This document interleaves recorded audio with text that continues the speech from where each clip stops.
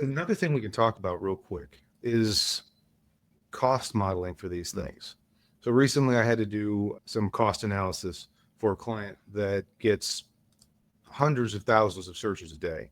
We were looking into projecting out how these things are going to cost. And it's interesting, people don't think about this, but creating a conversational LLM that you can have a chat with like a human being, that's going to get a lot more expensive than if you're just taking a Google like search and trying to figure out what they meant with the slight misspelling. If I'm searching for Adidas and I misspell Adidas, like maybe I miss an A or put an extra D in there or something, as I tend to do, MySQL and things like that aren't going to find it if you're doing most of those traditional searches and you don't have a data set of common misspellings.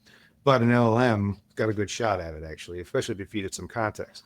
So what I'm saying, basically, if you're creating an LLM that is conversational in nature and has chat history memory, and you're running it 100,000 times a day, it's going to be a lot more expensive than if you just have one that takes in key phrases and then pushes out a search, but it has no memory and minimal conversation stuff. If you ask it a question, it'll be able to give you the search results to some extent, but it's not sitting there trying to spend 10 lines of dialogue back and forth with you.